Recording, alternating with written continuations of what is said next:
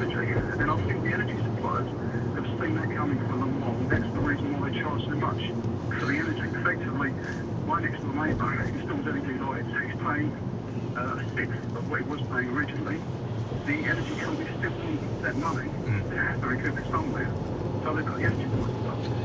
All right, Martin, thank you very much indeed for that. This interesting suggestion comes from one of you. Says we should have turbines under every bridge on the Thames to harness the enormous daily power of the river, of course, in and out every day. And I don't understand why we haven't done something as far as wave power is concerned in the river. It does come in and go out.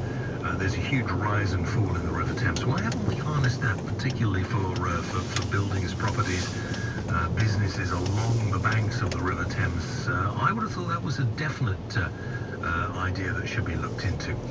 0845 6060 973. Shoot these ideas down in flames if you can, please. Joe's in St John's Wood. Joe. Hello there. Yeah, I actually live down in Dorset, and I've got 10 solar panels on my roof. I got them in July last year, just after the tariff went down, and I get free electricity, and my last electricity bill was £50, and then I'll be getting a cheque twice a year for about totaling about 900 quid a year. And how much did you spend on putting the panels on your roof?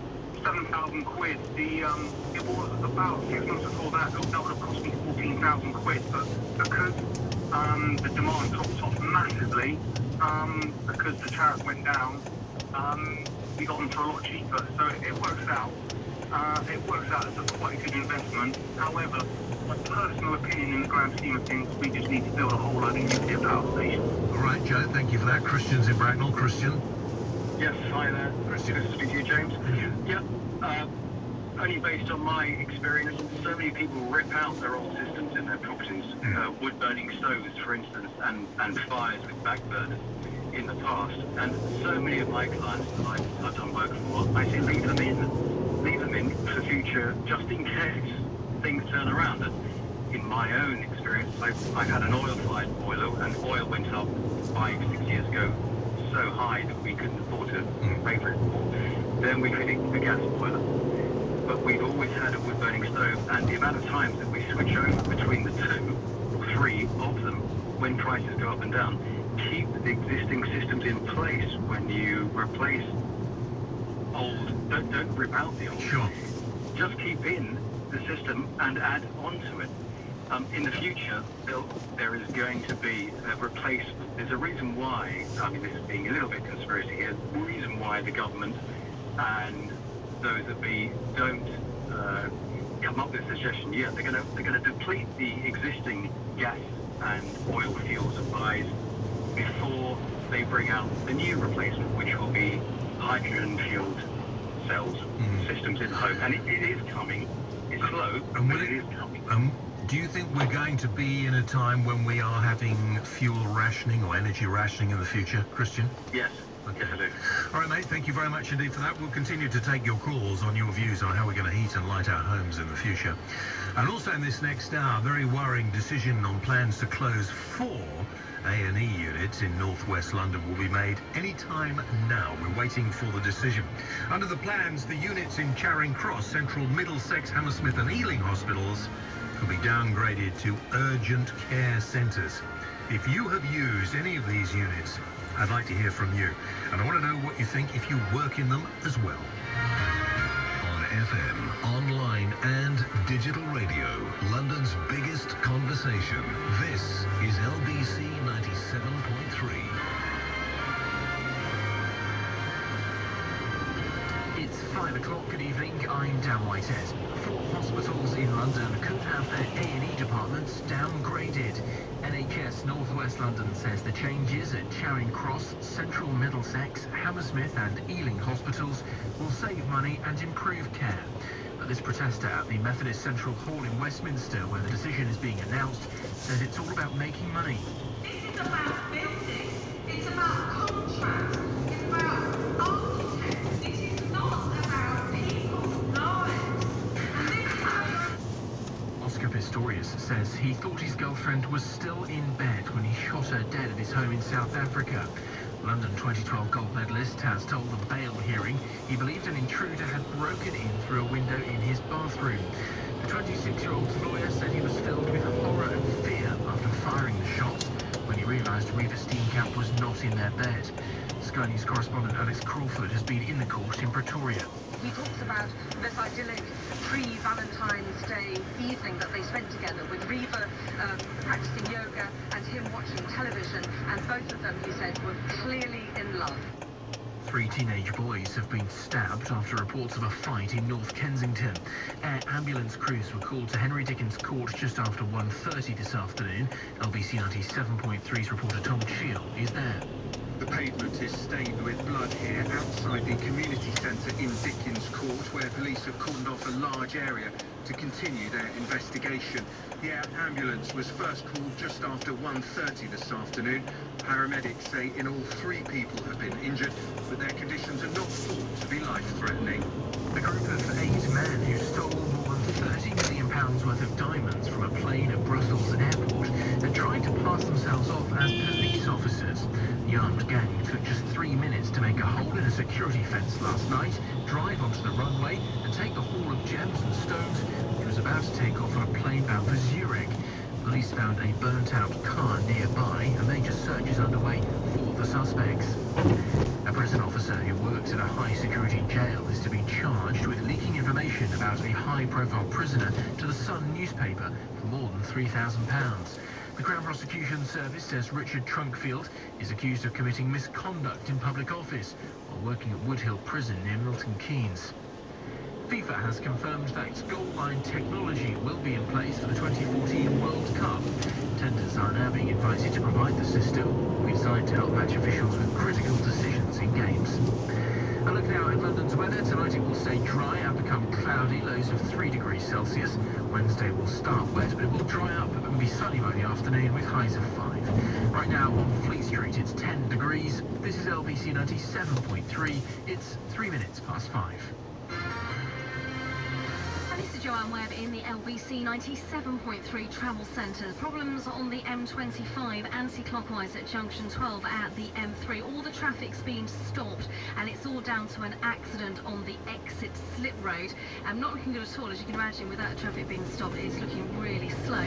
Now, if you're heading out onto the A40, heading out of town, it's very slow from Gypsy Corner to the Greenford flyover, and it's all down to these emergency roadworks. Now, a knock-on effect to the North Circular Road as well, which are really slow in both directions to get to the A40. The northbound queue all the way back to the Chiswick roundabout and southbound from the Harrow Road. Long delays continue because of these lights not working correctly at the junction with Marylebone Road and Lisson Grove.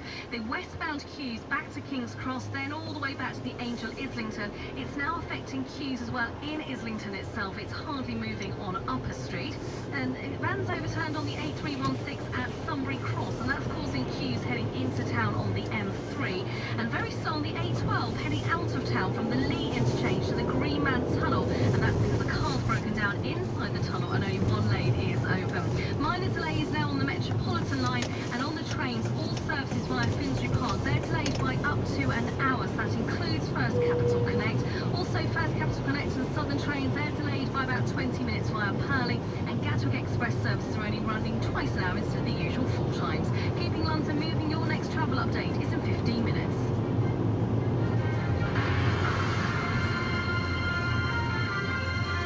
LBC 97.3. Call 0845 6060973.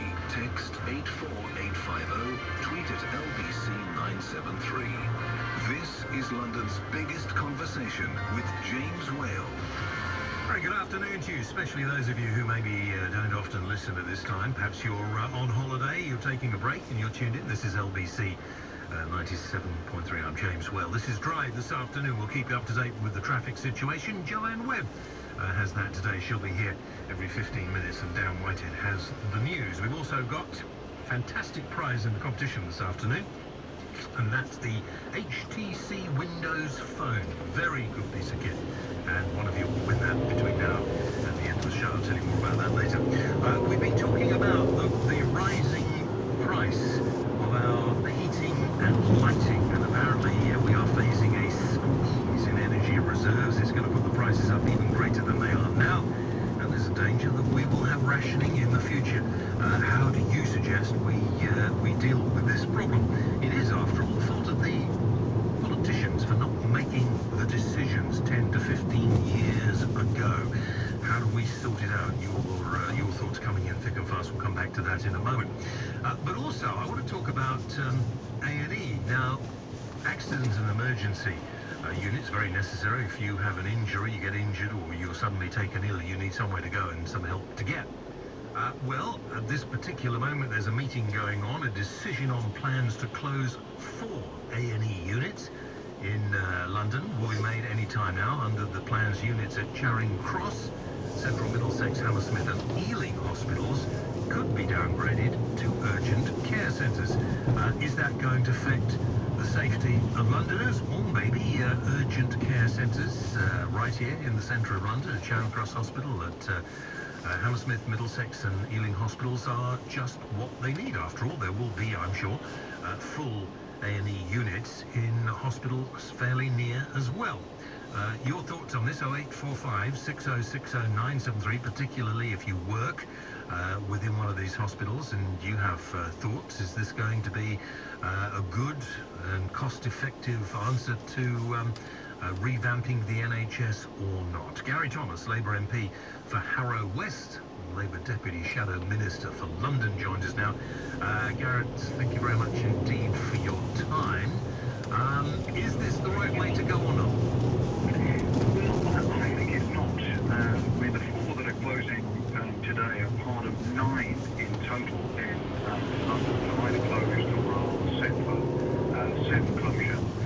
And the concern is that we are already seeing at some accident emergency departments across London a 20% increase in the numbers going. The figure for London as a whole is a 10% rise. Now, you'd think with 9 accident emergency departments closing and numbers already up going to A&E, that this is only going to increase the pressure and therefore the waiting times at the remaining accident and emergency departments, and inevitably the quality of care could suffer as well. So why do the management of these hospitals think this is the good way to go? Well, I think they're under quite severe financial pressure from Jeremy Hunt and the Department for Health. We know that nationally spending on the National Health Service is down, and that is creating pressure. Accident and emergency departments are some of the most expensive but most important services in our health service. And I think these suggested closures are part of the response to that financial issue. What would you do if you weren't the Shadow Minister but the Minister? What would you be doing now? Well, when we were fighting an election at the last election, we were promised by David Cameron and the Conservatives who now run the country that spending on the NHS would not go down. In practice, it has gone down. We were promised that there wouldn't be any top-down reorganisations, and actually that is exactly what's happened. Sorry, Gareth, the unfortunate thing is that your government put enormous quantities of money into the NHS. The management of the NHS then seemed to just fritter away. They seemed to waste it completely. And now, of course, coming out, we're hearing that they've been spending enormous amounts of this money on gagging orders for people who wanted to say why they thought the NHS wasn't working as well as it should be. And the people who actually are affected by this, you and me, the people who use our hospitals, why on earth are these people allowed to get away with this? I mean, now, closing these A&E units or downgrading them to urgent care centres could put people who are perhaps, Charing Cross Hospital in particular, injured in the West End. They've got a lot further to go. Well, that's absolutely right. And I mean, I come back to, in the end, to my own hospital that serves my constituents, in particular Northwood Park Hospital.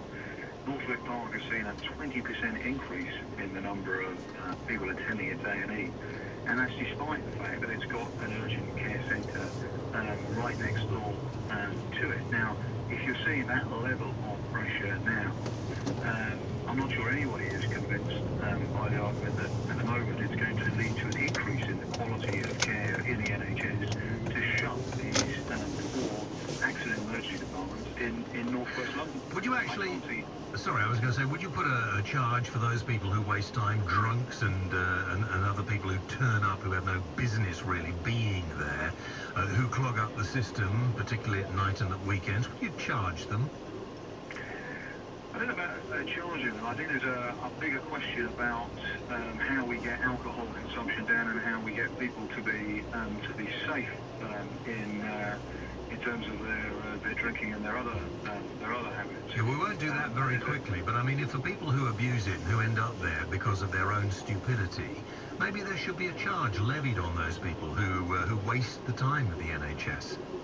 Well, certainly, I mean, if there's anybody, for example, who's violent to doctors and nurses, you know, we have to crack down on that, and people have to be prosecuted.